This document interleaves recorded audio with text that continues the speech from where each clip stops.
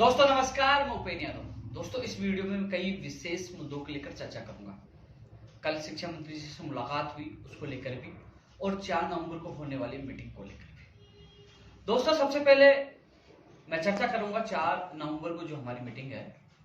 मेरे तमाम साथियों को यही कहना चाहूंगा कि वो जो चाहे वो लंबित भर्ती का मामला हो, चाहे नई भर्तियां निकालने का मामला हो, लगातार कॉल और मैसेज आते हैं कि हमारी लंबित भर्ती का मामला उठाओ या फिर नई भर्तियां निकालने की मांग उठाओ। लगातार हम सोशल मीडिया और ट्विटर के माध्यम से लगातार आपकी आवाज उठा रहे हैं, लेकिन अब समय आ गया है धरातल पे काम करने का। क्योंकि जिस प्रकार मैं लगातार देख रहा हूं कि कुछ मंत्रियों की लापरवाही है, कुछ अधिकारियों की तानाशाही है, फाइल जाती है, अटक जाती है, निकलती नहीं है, और फाइलों के चक्कर में बेरोजगार फंस जाते हैं, वो अवसाद में और दुखी और परेशान होते हैं।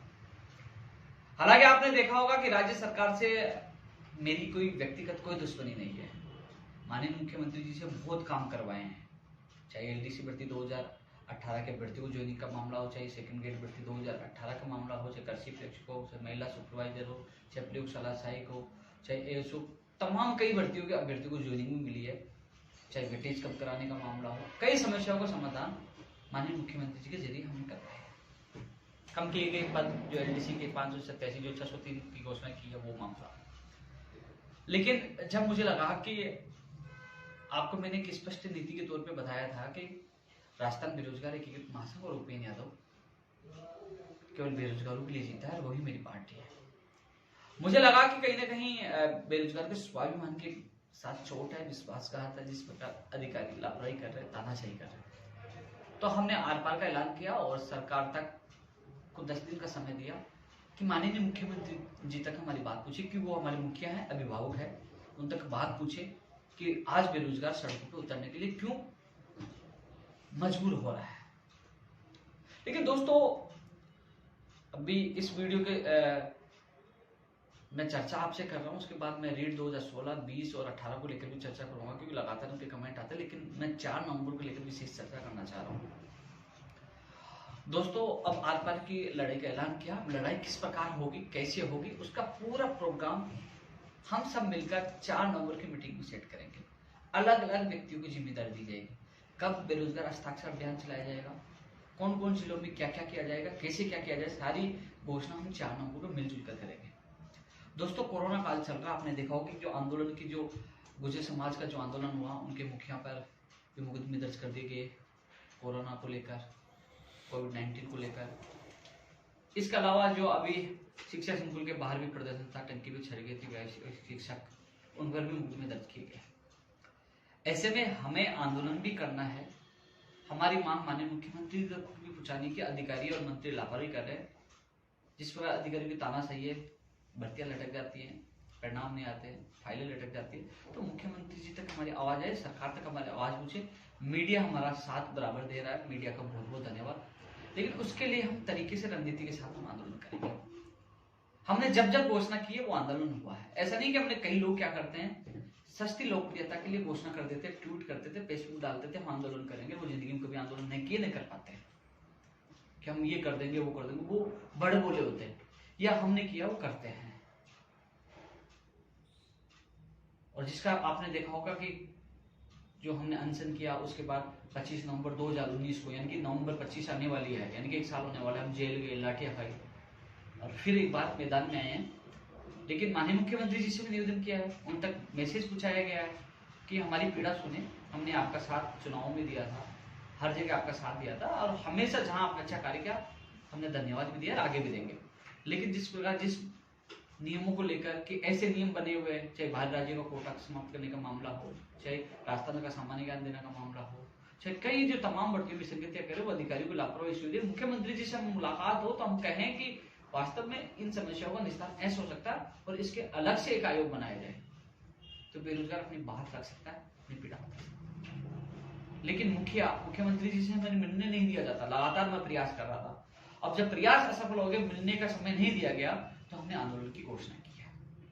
और आंदोलन भी मुख्यमंत्री जी तक हमारी बात पूछे, वो हमें बुलाया और हमारी मांगों का, बेरोजगारी की समस्याओं का निस्तारण करें। हम चाहते हैं समय पे बेरोजगार को रोजगार मिले, शिक्षा प्रणाली में सुधार हो, गलती करने वाले अधिकारियों के खिलाफ कार्रवाई हो, बाहर राज्यों का कोटा समाप्त हो, समय पे बेरोजगार को रोजगार मिले, समय पे एग्जाम हो, समय पे परिणाम आए और समय पे ज्वाइनिंग हो। ये प्रमुख हमारी कई मांगे हैं।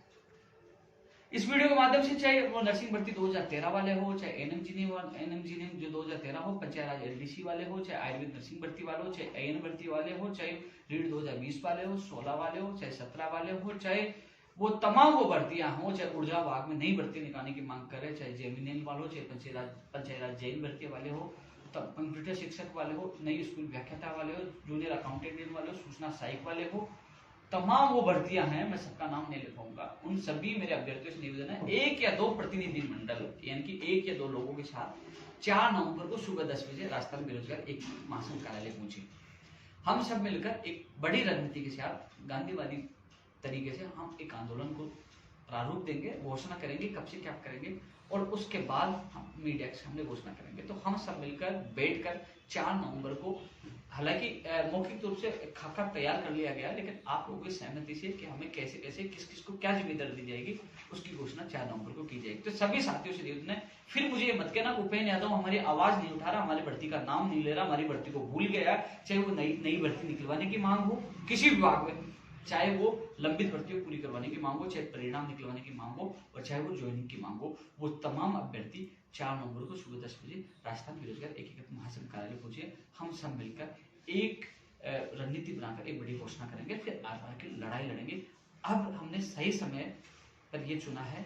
मेरी सरकार से कोई भी व्यक्तिगत दुश्मनी नहीं है, मेरे तो अच्छा व्यवहार था, सबसे अच्छा था, लेकिन जब जब मेरे बेरोजगारों के स्वाभिमान को चोट पहुंची है, जब उनके आंखों में आंसू देखा है, मुझे लगा कि उनके साथ गलत हुआ, तब तब मैं सब कुछ भूलकर अपने रिश्ते भूलकर उन लोगों के साथ आया हूँ। चाहे जो लोग नए लोग जुड़े हैं उनसे मेरा निवेदन है वो पिछला रिकॉर्ड उठा के मेरे फेसबुक देखिए। मैं भी जब हमने पूर्ववर्ती सरकार को हमने समर्थन दिया था, तलवार दी थी, साथ घूमे थे, ऐसे ही फिर हमें लगा कि वो हमारी मांगे नहीं हुई, अधिकारी लटका, तो पूरे 5 साल उस सरकार से लड़ते रहे, इस सरकार को समर्थन दिया और हमें लगा कि अधिकार लाभ, तो फिर मैदान में आए थे। और मुझे ये भी पता है कि मुझे कभी भी पहले के मुकदमे में जेल में डाला जा सकता है, कभी भी मुझे जेल में डाला जा सकता है। उस समय आप सबको ये लड़ाई लड़नी होगी जिस प्रकार हम प्रारूप और जो घोषणा कर रहे हैं उसके रणनीति के अनुसार। लेकिन इस बार जो आंदोलन हो रहा है इसमें मैं कफन बांध के और आप लोगों के साथ इस लड़ाई के मैदान में उतर रहा हूँ, क्योंकि अब लड़ाई है सिस्टम में सुधार हो, बेरोजगारों को समय पर रोजगार मिले, अधिकारियों की तानाशाही समाप्त हो और मंत्रियों की लापरवाही समाप्त हो। ये तो 4 नवंबर को। मैं चर्चा करना चाहूंगा रीट 2020 को लेकर। दोस्तों, आपको सबसे पहले जो 11 लाख बेरोजगार इंतजार, उनको मैंने कहा कि फरवरी में आपके एग्जाम हो सकते हैं सबसे पहले, और जो विसंगति आती है आरटेट में 70-30 वाली, उसको 90-10 करवाने का काम भी हमने किया है। हमने लगातार लड़ाई लड़ी है पिछली सरकार से सरकार तक, उसमें सफलता मिलने जा रही है। और आप सबको मेरे वीडियो के माध्यम से यह भी अवगत करवा दिया था कि इस बार चाहे दिव्यांग हो, चाहे एक सर्विसमैन हो, चाहे विशेष और कैटेगरी, उनको इस बार रीट में छूट दी जाएगी। वो आपने मीडिया के माध्यम से पढ़ भी लिया होगा, सबसे पहले आपको हमने अवगत करवा दिया था। और अब दिवाली से पहले आपकी विज्ञप्ति जारी हो सकती है, प्रोसेस में है और कार्य चल रहा है। पूरी कोशिश की जाए जल्द से जल्द विज्ञप्ति जारी, उसके लिए हम प्रयास कर रहे हैं, लगातार प्रयास किया, धरातल पर प्रयास किया। ट्वीट करके छोड़ने से कुछ नहीं होगा, भागना भी पड़ता है, भागते भी है। इसका परिणाम यह है, हालांकि माध्यमिक शिक्षा बोर्ड के संबंधित अधिकारियों से मेरी संदर्भ बात ही बोली कि शिक्षा संकुल को जो मीटिंग होने वाली थी वो मीटिंग कैंसिल होने के कारण अभी हमें निर्देश नहीं मिले, लेकिन जल्दी हमारी पूरी तैयारी है। अब एक और मीटिंग हो सकती है, हमें जल्दी निर्देश मिल जाएंगे तो हम जल्दी ही विज्ञप्ति जारी कर दें, लेकिन संभावना दिवाली से पहले आपकी विज्ञप्ति जारी होने की है। डेट 2020 को लेकर फरवरी में आपकी एग्जाम प्रस्तावित है। जो हमने बताया, जो अधिकारी से बात हुई और जो मंत्री जी ने बताया, फरवरी के लिए आपने उनका बयान भी सुना होगा, लेकिन हम प्रयास कर सकते हैं। दोस्तों, मेरे 11 लाख बेरोजगारों को कहना चाहूंगा कि आप वीडियो भी अच्छी तरह देखा करो। लोग कॉपी पेस्ट करते हैं, लोग उसी की कॉपी करते हैं जो हमने किया है, लगातार प्रयास करते हैं, लेकिन इन लोगों से बचकर रहना। केवल ये लोग आपको भ्रमित करते हैं। धरातल पे काम करने वालों को आपको साथ देना चाहिए। आप सभी से मेरा यही निवेदन है। इसके अलावा मैं रीट 2018-16 को लेकर विशेष चर्चा करना चाहूंगा। जो तमाम मेरे साथी इस वीडियो को देख रहे हैं, 2018 में क्या टेक्निकल समस्या थी? कुछ लोग करने लगे हमारी फाइल पे टेक्निकल समस्या थी क्या, टेक्निकल समस्या क्या है? वो अनर्गल बातें ग्रुपों में कर रहे थे। उन लोगों को मेरा यही जवाब है, टेक्निकल समस्या ये थी कि माननीय मुख्यमंत्री जी ने 3 सितंबर को आपकी एक और सूची जारी करने की घोषणा की। घोषणा के बाद शिक्षा विभाग से फाइल की 6 महीने के रूल्स में शिथिलता के लिए कार्य विभाग में, लेकिन बाद में मामला पाया गया कि 2016, 2018 फर्स्ट लेवल और सेकंड लेवल सबका मामला समान है, एक और सूची का मामला है। ऐसे में उन्होंने ये लगाया कि सभी की सूची जारी हो, अन्यथा सभी की सूची नहीं जारी हो। एजुकेशन सेक्रेटरी साहब से मैं मिला, कार्यविभाग के सेक्रेटरी साहब से मैं मिला, एजुकेशन मिनिस्टर गोविंद सिंह डोटासरा जी से मैं कई बार मिला, सीएम सचिव साहब से मैं मिला, लगातार प्रयास किया था। एक बार ये पूरा मामला नेगेटिव हो चुका था। भाग दौड़ के बाद मैंने पूरी मजबूती के साथ, पूरी ताकत के साथ माननीय मुख्यमंत्री जी ने घोषणा की थी। शिक्षा मंत्री जी पहले आपके पक्ष में नहीं थे, अभी जो हमारा प्रतिनिधि मंडल गया था 10-12 लोगों का, उन्होंने साफ कह दिया था कि मैं पुरानी भर्ती की सूची निकालने के पक्ष में नहीं था, आपने मुख्यमंत्री जी से घोषणा करवा ली। लेकिन मुख्यमंत्री जी ने यह भी नहीं निकाला, कहा कि आपने घोषणा करा दी तो मैं नहीं निकालूंगा। उन्होंने कहा कि मैं आपके साथ हूं, उन्होंने पॉजिटिव रेस्पॉन्स दिया है। लेकिन उन लोगों के मुंह पे तमाशा था जो लोगों को गुमराह कर रहे थे कि हमने उनसे कहलवा के, उनसे बात करवाकर हमने सूची जारी करवा दी, जबकि माननीय मुख्यमंत्री जी घोषणा थी और उन घोषणा पर शिक्षा मंत्री जी भी साथ हैं। दोस्तों, जो टेक्निकल समस्या यही थी कि 16-18 लेवल फर्स्ट की भी लेवल के साथ निकले। संबंधित जब अधिकारियों से बात की तो उन्होंने कहा कि हमारे हाथ में कुछ नहीं, इसमें केवल सरकार को फैसला लेना है। मैं एजुकेशन सेक्रेटरी से कई बार मिला हूं, कार्मिक सेक्रेटरी से मिला हूं और सीएम सेक्रेटरी से मिला हूं। लेकिन इसके बावजूद भी देखिए कुछ लोग क्या करते हैं कि भैया हम काम कर रहे हैं, बाहर जाते हैं दरवाजे के बाहर फोटो खींच के डालते हैं कि हम काम कर रहे हैं। जब अधिकारी स्पष्ट कैसे कह चुके हैं कि इस पर सरकार को ही निर्णय लेना है, तो वो केवल आपको ये दिखाने के लिए कि हम काम कर रहे हैं। चाहे 2016 हो, 2018 हो, चाहे संस्कृत विभाग वाला मामला हो, सबसे बड़ी जो विसंगतियां है ना, लोग अपने नाम के लिए, वाई के लिए उन बेरोजगारों के भविष्य के साथ कुठारघात कर रहे हैं, उनके साथ धोखा कर रहे हैं। मुझे नहीं चाहिए श्रेय, नहीं चाहिए वाई, केवल लिस्ट आ जाए तो हजारों बेरोजगारों का भविष्य सुधर सकता है, उनके सपने साकार हो सकता है। अब वापस 2016 के लिए मैंने पूरी ताकत लगाई है। माननीय शिक्षा मंत्री जी सहमत है कि 2016 की एसएलपी वापस हो, 2016 की भी आए, 2017 की भी आए और 18 लेवल फर्स्ट और सेकंड की आए, जिस पर अधिकारियों ने रिमार्क लगाया था कार्य विभाग से। उसके बाद फाइल नेगेटिव थी और सरकार के पाले में गिरदारी थी। 25 नवंबर 2019 को जो आंदोलन हुआ था, उसके बाद मुख्यमंत्री जी ने एक कमेटी का गठन किया था, जिसमें सुभाष गर्ग साहब भी थे, बीडी कल्ला जी भी थे, सुखराम विष्णु जी, और उस दौरान राजेंद्र यादव जी से मेरी बात हुई थी। उन्होंने मुझे तमाम आंदोलन को लेकर मेरी चर्चा होती, बात हुई, तो उन्होंने 3 मार्च को माननीय मुख्यमंत्री जी से मेरी मुलाकात करवाई थी और उन्होंने कहा था कि आंदोलन से कुछ नहीं, वार्ता से मुख्यमंत्री जी पॉजिटिव आपके काम होंगे। उसी को लेकर कल मैं सुबह माननीय मोटर गिराज मंत्री राजेंद्र यादव जी के पास गया। मैंने कहा कि साहब आपने ही मुलाकात करवाई थी, आपने कहा था कि आपके काम वार्ता से और माननीय मुख्यमंत्री जी करेंगे, संवेदनशील है। और आज अधिकारी फाइलों पे रिमार्क कर रहे हैं और कह रहे हैं कि नहीं आएंगे, और हम 4 नवंबर से आंदोलन कर रहे हैं। मैंने पूरी स्थिति से अवगत करवाया कि साहब हमने धन्यवाद दिया, सरकार के साथ सारी स्थिति उनको बताई। मोटर गिराज मंत्री श्री राजेंद्र यादव जी मेरे साथ शिक्षा मंत्री गोविंद सिंह डोटासरा जी के निवास पे गए। मंत्री जी से वार्ता हुई। मंत्री जी ने स्पष्ट कहा कि मैं आपके खिलाफ नहीं हूं, हालांकि लिस्ट के पक्ष में नहीं था, नहीं मुख्यमंत्री जी ने घोषणा कर दी है, लेकिन इस संबंध में ही मैंने मुख्यमंत्री जी को अवगत कराया था, साहब आपने घोषणा की थी, वो फाइल अटकी पड़ी है। और बोले कि मैं तो चाहता हूं सबके साथ न्याय हो। तो मैंने कहा साहब 16, 17, 18 सब सम्मान है, हम चाहते हैं 16 की भी एसएलपी वापस हो, उनका भी आए, 17 की भी आए, 18 लेवल फर्स्ट और सेकंड का है। बोले मैं आपकी बात से सहमत हूं, न्याय मिले तो सबके मिले। मैं खुद माननीय मुख्यमंत्री जी से एक बार मिलूंगा, जो विसंगतियां हैं, चाहे एसएलपी लेने का मामला हो, सभी के एक और सूची जारी होने का मामला है, उन्होंने खुद ने कहा कि मैं खुद मिलूंगा। और यदि किसी ने अफवाह फैलाई है कि गोविंद सिंह डोटासरा जी इस लिस्ट को रोक रहे हैं, तो मैं आपके साथ, उन्होंने ये कहा मैं आपके साथ अधिकारियों के सामने बैठ सकता हूँ, अधिकारियों को आपके सामने कह सकता हूँ। ये माननीय शिक्षा मंत्री जी ने कहा।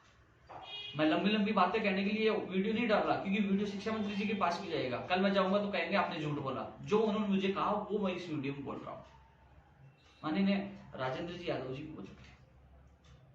तो कल मीटिंग में शिक्षा मंत्री जी ने ये कहा कि 16 वालों को भी न्याय मिले, लिस्ट जारी है तो सबको जारी है, 16, 18 लेवल फर्स्ट सेकंड सबको मिले, तो वो मुख्यमंत्री जी के सामने बात रखेंगे, अधिकारियों से बात करेंगे। और उन्होंने सकारात्मक आश्वासन दिया। राजेंद्र यादव जी ने कहा कि मैं भी मुख्यमंत्री जी से मिलूंगा, ये भी लेंगे, और आप थोड़ा सा संयम बनाए रखें, आपकी सूची जारी होगी। तो दोस्तों कुल मिलाकर ये फोटो खिंचवाने नहीं होगा, सरकार स्तर पे काम होना था, अधिकारियों ने कहता सरकार करना, सरकार तक मेरी बात पहुंचा दी है। सीएम सचिव साहब से मैं 2 बार व्यक्तिगत जाकर मिला हूँ, उसके बाद गोविंद सिंह डोटासरा जी से मिला हूँ, जिन्होंने हमारा पहले समझौता कराया था, मुख्यमंत्री जी से मिलाया था, वो राज्य मंत्री जी साथ गए थे, और अब पॉजिटिव है, मुख्यमंत्री जी से मिलेंगे, सूची जारी होगी, मुख्यमंत्री जी जो घोषणा की है वो घोषणा भी पूरी होगी। इसलिए आप लोग चिंतित ना रहे, किसी की बातों में आने की आवश्यकता नहीं है। जो लंबी लंबी पहले फेंक रहे थे ना, वो घर बैठे हैं। जब नेगेटिव मामला आता है सब घर बैठ जाते हैं, चुप हो जाते हैं। जब भाग दौड़कर सारा मामला पॉजिटिव हो जाता है तो 50 लोग आ जाते हैं। 2016 जो अंग्रेजी वाला मामला है, चाहे साइंस मिथ वाला मामला है, अभी तक तो नेगेटिव ही था, कुछ था क्या? पूरा प्रयास सब लोगों ने कर लिया, लेकिन अब वापस आपका मामला पॉजिटिव हुआ है, क्योंकि 18 से ही 16 का रास्ता खुल रहा है, और पूरी मजबूती के साथ आपकी बात रखी है कि साहब सबकी सूची जारी होनी चाहिए। तब 16 का भी रास्ता खुलवाने के लिए मैं पूरा प्रयास कर रहा हूँ कि जल्द से जल्द मुख्यमंत्री जी एसएलपी वापस लेने का निर्णय ले, जिससे 16 का भी, 18 का भी और 17 का भी जारी हो। साथ में ये भी रास्ता मैंने कहा है कि आप 18 की सूची जारी कर दीजिए, फर्स्ट लेवल और सेकंड लेवल की।